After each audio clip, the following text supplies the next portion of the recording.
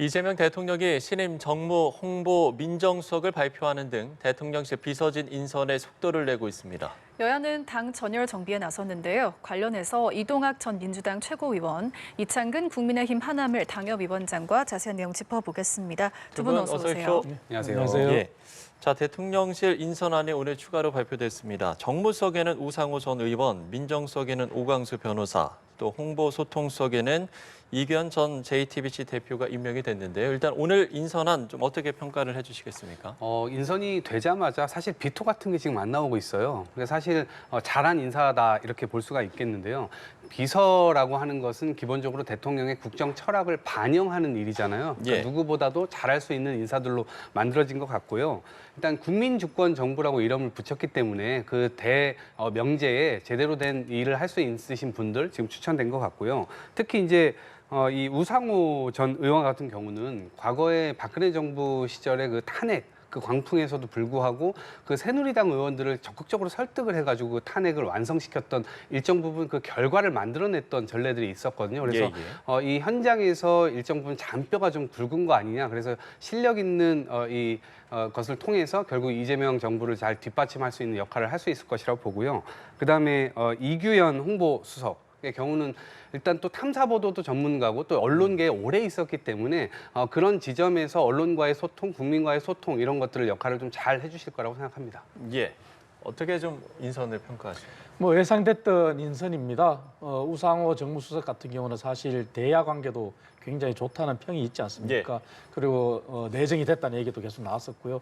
그래서 앞으로 이재명 대통령이 얘기한 것처럼 정치 복원에 전면에 나서서 앞장서 주기를 바라고요. 예. 그리고 오광수 민정수석 같은 경우는 사실은 저희 야당에서 비판보다는 여당 내부에서 비판이 많았잖아요.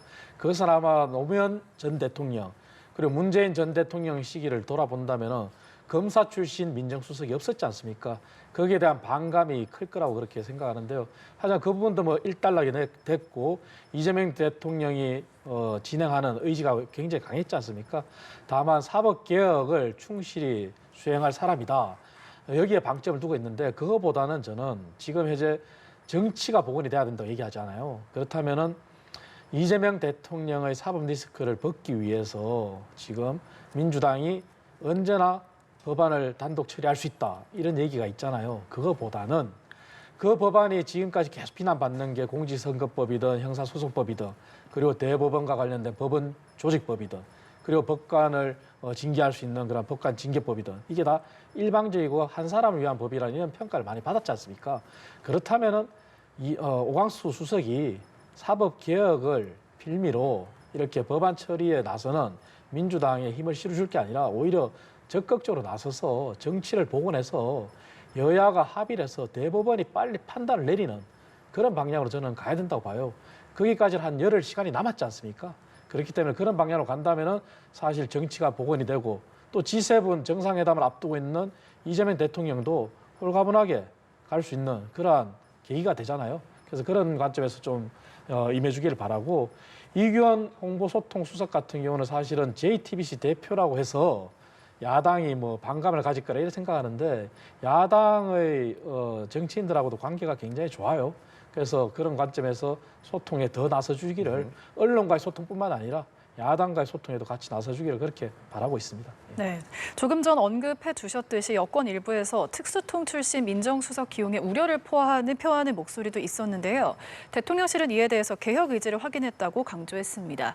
이재명 대통령도 여당 전현직 지도부와의 만찬 자리에서 이 인선 이유를 직접 설명했다고 하는데요. 어떤 판단이라고 보십니까? 그러니까요. 야당에서 보통 비판이 나오는데 야당에서 비판이 나오는 것이 아니라 여당에서 나온단 말이에요. 이건 하나 짚을 것이 있는데 이재명 후보가 대통령이 되면 아무도 이 반대되는 목소리를 내지 못할 것이다. 이거에 대한 세간의 우려를 이번에 완전 불식시켰죠. 그러니까 다른 생각들을 여실히 지지층에서도 그런 우려들을 굉장히 표출을 많이 했고요. 근데 그런 부분들을 일정 부분 좀 수렴하는 과정이었다라고 생각을 합니다. 그럼에도 불구하고 대통령의 이 사법개혁이라든가 검찰개혁 여기에 대한 국정 철학을 잘 이해하고 있다라고 하는 것을 대통령께서 직접 확인했다고 얘기를 하고 있기 때문에 그런 지점들은 좀 지켜 지켜봐야 될 것 같고요. 예. 또 하나는 이 국회에서 결국에는 법으로 다 통과되는 거 아니겠습니까? 민정수석이 뭐 사법개혁을 하나요? 그런 건 아니죠. 그렇기 때문에 국회에서 앞으로 이런 사법개혁이나 검찰개혁에 관한 여러 가지 논의들이 좀 진행될 때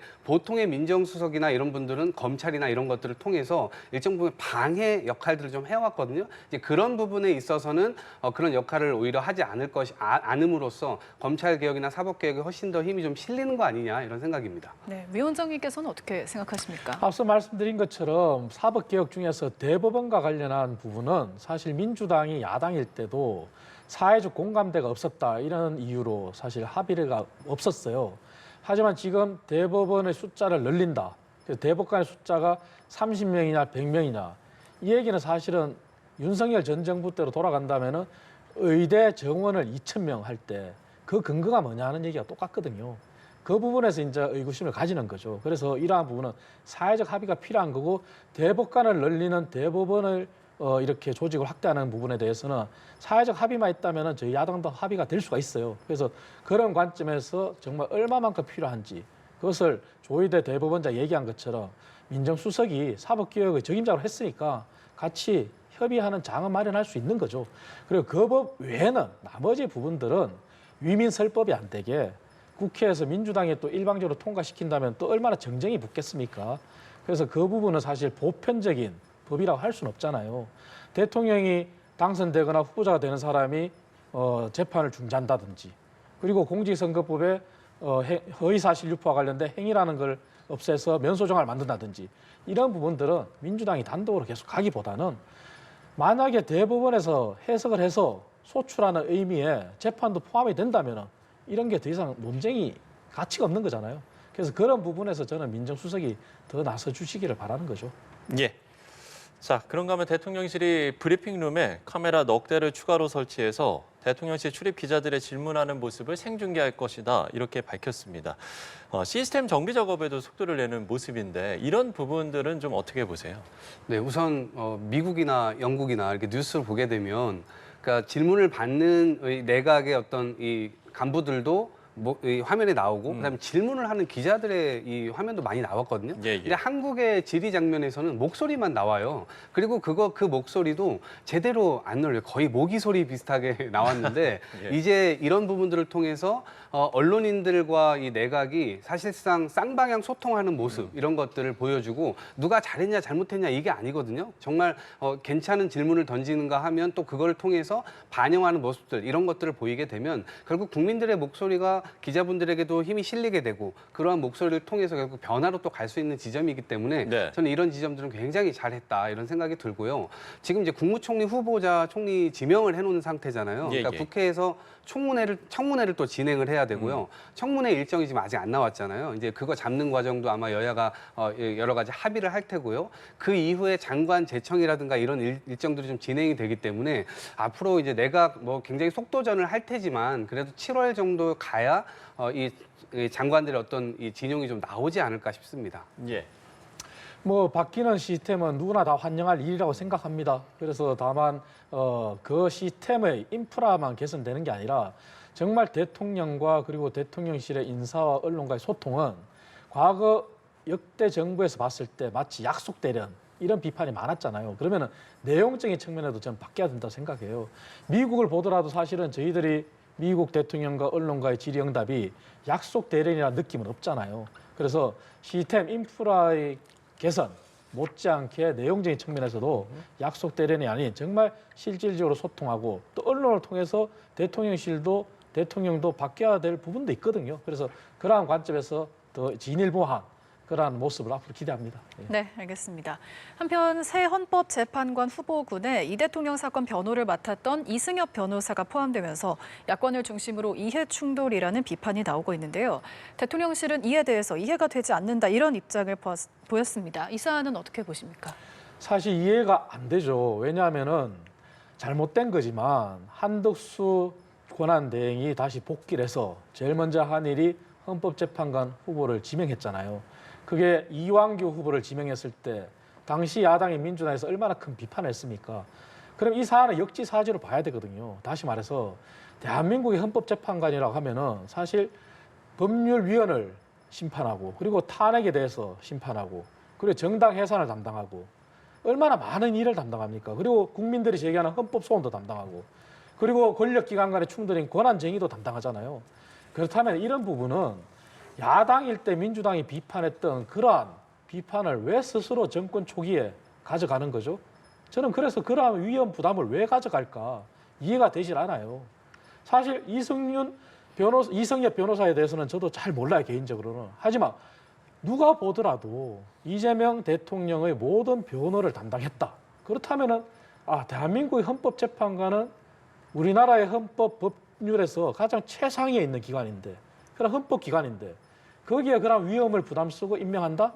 국민적으로 동의를 받을 수 있을까요? 그래서 저는 그런 부분들에 대해서 많은 얘기를 듣고 있다고 했으니까 이재명 대통령이 최종적으로는 본인이 야당 대표일 때 비판한 것처럼 그걸 되새겨서 그러한 똑같은 일을 하지 않으셨으면 하는 게 바람입니다. 네, 위험 부담을 굳이 가져가는 게 이해되지 않는다라고 말하셨는데 어떻게 생각하십니까? 그러니까 이번에 헌법재판관이 두 분이 이제 최종적으로 결국 낙점이 되게 될 텐데요. 지금 세 분을 이제 검토 대상으로 좀 보고 있다는 겁니다. 그리고 야당에서 이런 지적하는 것은 전 일리 있다고 생각해요. 네. 그런데 어찌됐건 이 청문회 과정이 또 진행이 될 테고요. 그 과정에서 국민들의 여론도 결국 수렴하게 될 겁니다. 그리고 이 모든 것들을 국민 여론이라든가 이런 것들을 다 거슬러가면서 하게 되면 그게 또 다 부담이 됩니다. 그리고 그럼에도 불구하고 또 통과가 되면 나중에 혹시 이 대통령과 관련된 헌법소원과 관련된 경우는 회피, 제척, 기피 이런 사유에 의해서 본인 스스로가 그런 것들 또 안 맡을 수도 있는 법적 장치가 있습니다. 그렇기 때문에 지금 아직 검토 단계이고 실제로 두 명이 청문회에 추천됐을 경우 이러한 이 비판이라든가 이런 것들은 또 수렴할 이 상황이 되겠지만 지금으로서는 너무 좀 빠른 비판이 아닌가 싶습니다. 예, 알겠습니다. 자, 각 당의 상황도 짚어보겠습니다. 먼저 민주당을 짚어보면 민주당 원내대표 경선이 본격화하고 있습니다.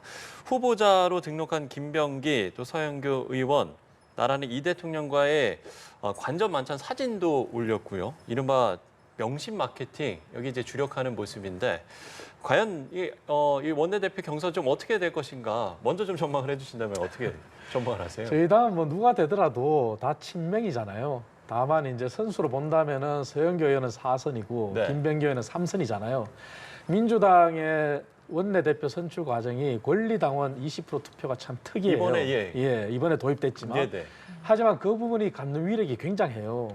민주당 국회의원의 약 20%에 해당되는 표로 환산이 되거든요. 그렇다면 환산해보니까 34표. 그렇습니다. 그럼 거의 20% 되지 않습니까? 예, 예. 굉장한 위력이라 전 봐요.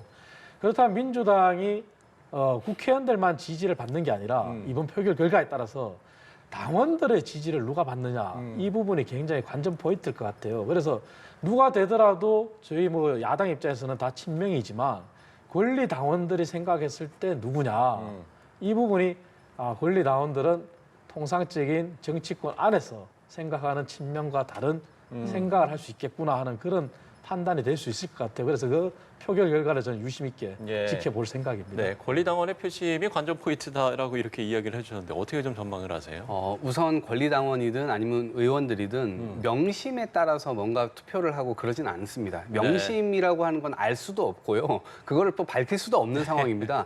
더더군다나 우리가 보셨지 않습니까? 사진을 양옆에 함께 원내대표 후보분들과 함께 사진도 찍고 근데 이 메시지는 뭐냐면 일단 국정 기조를 뒷받침하는 이 원내의 역할 이것이 앞으로 굉장히 중요하고요. 또 집권 여당으로서 야당들을 또 통할해가면서 여러 가지 차원에서의 조율들을 해나가야 되는 거거든요. 네네. 때로는 압박도 해야 되고 때로는 조율, 설득 이런 것들을 많이 또 해야 되기 때문에 두 분은 이미 3선, 4선 국회의원직들을 하면서 국회에 대한 어떤 잔뼈가 굉장히 굵으신 분들이고 그런 관점에서 두 분 다 사실 적임자라고 하는 메시지는 모두가 알고 있을 겁니다. 네, 그런 상태에서 좀 지켜보시면 어느 분이 됐건 간에 국정기조 정확하게 뒷받침하고 이 과정에서 너무 상처가 나지 않도록 하는 것. 그래서 결국 이 여당으로서의 위용을 갖춰가는 것이 굉장히 중요하다 이렇게 봅니다. 네.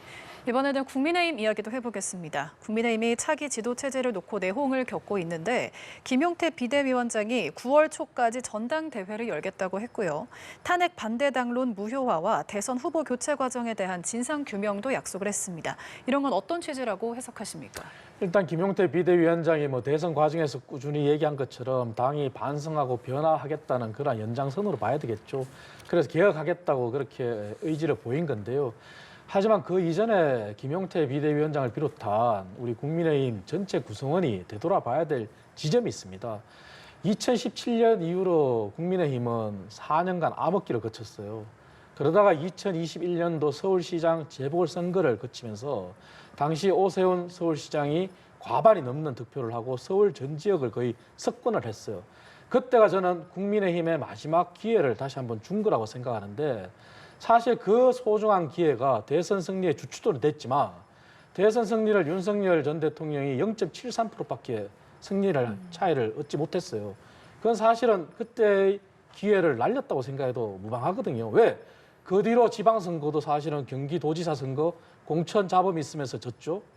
그리고 서울시 의회는 7대3으로 저희 당이 이겼지만 그것은 윤석열 전 대통령 때문에 이긴 게 아니라 오세훈 서울시장 때문에 이긴 거예요. 하지만 경기도의원 같은 경우는 민주당과 5대5였어요. 그러다 어떻게 됐습니까? 강서구청장 재보궐선거 때 참패했잖아요. 그리고 총선 참패했죠. 그리고 재보궐선거에서 부산검정을 이겼다고 하지만 거제를 졌잖아요. 경남 거제를. 그리고 또 대선을 졌잖아요. 그럼 앞으로 또 암흑기가 오거든요.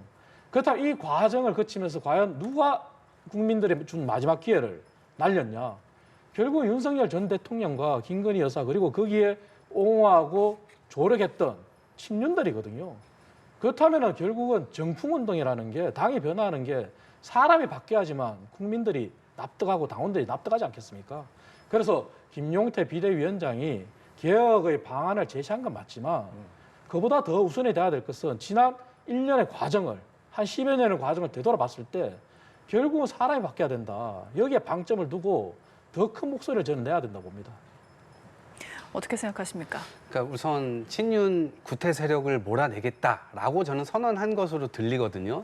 지난 2년 반 거의 3년여 동안 윤석열 전 대통령과 김건희 여사가 수많은 기행들을 할 때 사실상 친윤 의원들에 의해서 방탄이 됐던 것이고 그것으로 인해서 그것이 다 옹호됐던 것이고 심지어 계엄 과정에서도 이제 그런 것들이 있지 않았습니까? 그러면 당연히 국민의 심판이 되는 것이죠. 그런데 그 경선 말미에 결국 후보 강탈 이 사건을 일으켰던 그 내막에 대해서까지 조사하겠다라고 하는 것은 이것을 빌미로 해서 친윤 세력들을 정확하게 점검하겠다라고 하는 것이거든요. 근데 저는 이게 쪽집게처럼 몇 명만 딱 집어가지고 정리를 할 수가 없을 겁니다. 왜냐하면 굉장히 넓고 커요. 그래서 그물도 굉장히 넓게 쳐야 되고 또 깊게 이 그물을 넣어야 될 텐데 이 지점에서 김용태 비대위원장이 스스로의 힘을 갖고 있지가 않기 때문에 되치기를 당할 수도 있다. 그리고 지금 이제 친한계에서는 9월 초에 전대를 하겠다라고 하니까 그런 부분들에 대해서 환영 메시지를 내면서 이 얘기들을 하고 있는데 네. 그 과정 자체가 어찌 보면 계파 싸움의 전초전이 또 되는 것이기 때문에 김용태 비대위원장이 고래 싸움에 새우등 터지 않기를 저는 바랄 뿐입니다. 네. 예. 지금 저희가 앞서서도 이제 리포트로도 전해드렸습니다만 어쨌든 당 주린 친윤계에서는 좀 불편함의 심기를 좀 드러내고 있는 상황인 건데 그럼 이제 내일 의원총회가 분수령이 된다라고 봐야 되겠습니까? 내일 어떤 좀 이야기들이 나올까요? 치열하게 부딪힐 수도 있겠죠. 예, 예. 하지만 친윤계가 왜 불쾌해야 되죠? 본인들이 대선 후보를 교체하는 과정에서 정당 민주주의를 훼손했는 과정을 당원들이 바로 잡았잖아요. 당원들의 표결로 인해서 정당 민주주의를 회복시켰잖아요. 하지만 본인들이 거기에 대해서 왜 불쾌해야 되죠? 그 절차가 잘 됐다고 주장하는데 저도 당협위원장이지만 이해가 되질 않아요. 그렇다면 모두에게 공평한 기회를 줘야 되는데 새벽 3시에 단 한 사람만 접수를 했단 말이에요. 그것은 누가 보더라도 그는 비판의 여지가 없습니다. 무조건 비판을 받아야 됩니다. 그렇다면 친윤들은 불쾌할 이유가 아니라 정말 자중하고 스스로 계속 이렇게 당이 윤석열 전 대통령과 김건희 여사로부터 벗어나지 못한다는 것을 스스로 자행한다면 스스로 거취를 정해야죠. 당은 지금 이번 선거를 뛰면서 김문수 후보에 대한 비판은 없던 것을 다 알고 있습니다. 하지만 윤석열 전 대통령과 김건희 여사에 대한 비판이 결국 표로 돌아온 거지 않습니까? 그래서 이러한 부분들을 당원들은 알고 있어요. 그래서 친윤 의원들은 또 친윤 원외 당협위원장들은 네. 스스로 반성하고 나아가서 스스로 거취를 정하는 것도 당을 살릴 수 있는 본인들의 마지막 애당심이라고 저는 생각합니다. 예, 끝으로 짧게 첨언 듣겠습니다. 그러니까 권영세 전 비대위원장이 페이스북에 이렇게 썼더라고요. 예. 자기가 후보 단일화 실패에 대한 책임을 지고 물러난 거지 그 모든 것들에 대해서 내가 책임을 지는 것은 아니다라고 얘기를 했고 굉장히 아전인수격이고 아직도 지금 사태의 어떤 본질을 자꾸 이제 훼손하고 있다라는 생각이 들거든요. 국민들께서는 그러한 모습 자체가 저 당에겐 더 이상 앞으로 기대할 수 없겠구나라는 어떤 심정을 더 굳게 만들어주는 것이기 때문에 결국에는 전 이 부분에 대해서 뭐 판관 포청천 같은 사람이 와가지고 실제로 친윤 세력들을 확실하게 정리하지 않는 한 내용은 지속될 것 같다라는 생각입니다. 네, 알겠습니다. 여야 각 당 내부 상황에 대해 두 분과 이야기 나눠봤습니다. 지금까지 이동학 전 민주당 최고위원, 이창근 국민의힘 하나물 당협위원장이었습니다. 두 분 말씀 두 분 말씀 고맙습니다. 고맙습니다. 고맙습니다.